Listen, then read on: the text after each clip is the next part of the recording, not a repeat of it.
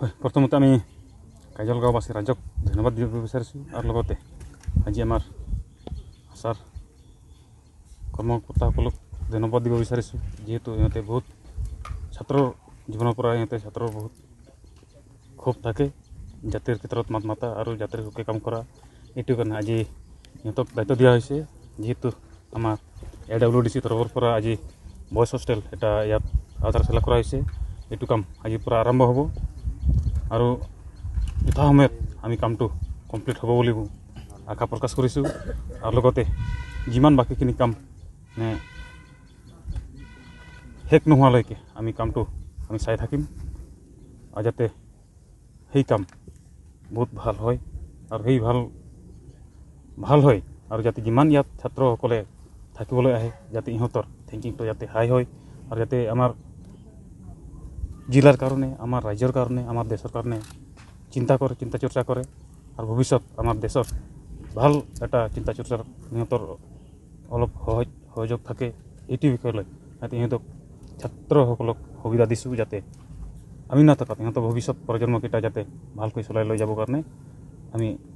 ছাত্ৰসকলৰ কাৰণে এটা নতুন এটা আশা আনি ইয়াত ইহঁতৰ কাৰণে যিটো ঘৰটো আধাৰশিলা কৰিছোঁ সেই ঘৰটো যাতে সেই ঘৰত থাকি ইহঁতৰ আকাংক্ষাটো পূৰণ কৰিব পাৰে ষ্টাৰ্টিং ডেট কামৰ ষ্টাৰ্টিংটো জাষ্ট আমি আজি আধাৰশিলা কৰিছোঁ খুব সোনকালে হ'ব কিন্তু একজেক্টলি ডেটটো ক'ব পৰা নাই হ'লেও আমি একদম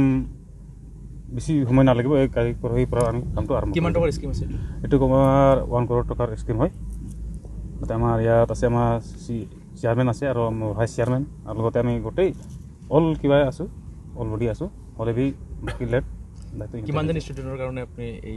বয়জ হোষ্টেলটো কৰি আছে বয়জ হোষ্টেল মানে আমি এতিয়া 50 জনৰ কিবা কৰিছোঁ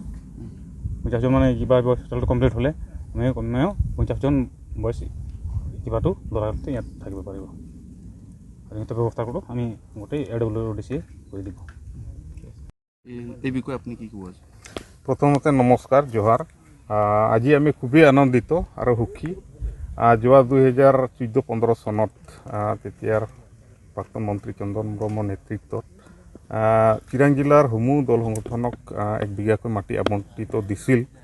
আৰু সেই মাটিৰ ওপৰতে আজি আমি AWDC তথা আদিবাসী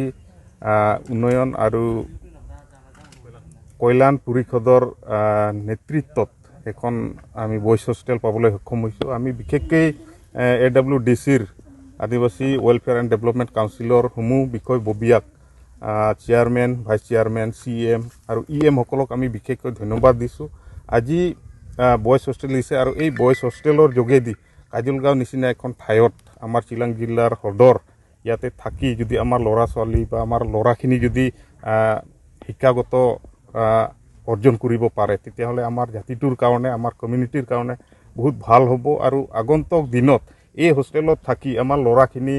যথেষ্ট উচ্চ শিক্ষাত আগবাঢ়িব বুলি আমাৰ আশা আৰু আমি কামনা কৰিছোঁ আজিৰ মাজত আমি দেখিবলৈ পাইছোঁ বয়জ হোষ্টেলটো আপোনাৰ তৰফৰ পৰা হৈ যাব তাৰপিছত আপুনি অহা সময়ত গাৰ্লছৰ কাৰণে কিবা ব্যৱস্থা কৰিব নেকি নিশ্চয় আমি এনেকেই ভাবিছোঁ বা আমি AWDCৰ নেতৃবৃন্দসকলৰ লগতো আমি আলোচনা কৰিছোঁ যিহেতু কাজলগাঁৱত ইয়াত বয়জ হোষ্টেল হৈছে আজি আপোনালোকে দেখিবলৈ পাইছে আৰু পৰ্যায়ক্ৰমে ছোৱালীসকলৰ কাৰণে গাৰ্লছ হোষ্টেল তেনেকেই হ'ব আৰু ইতিমধ্যে আধাৰশিলাৰ কাম আৰম্ভ হৈছেই ৰাণীকেটা নামৰ ঠাইত আমাৰ চিৰাং জিলাৰ অন্তৰ্গত আৰু তেনেকেই কিছু অঞ্চলত অঞ্চল ভিত্তিত আমাৰ ছোৱালীসকলৰ কাৰণেও তেনেকুৱা ব্যৱস্থা কৰা হ'ব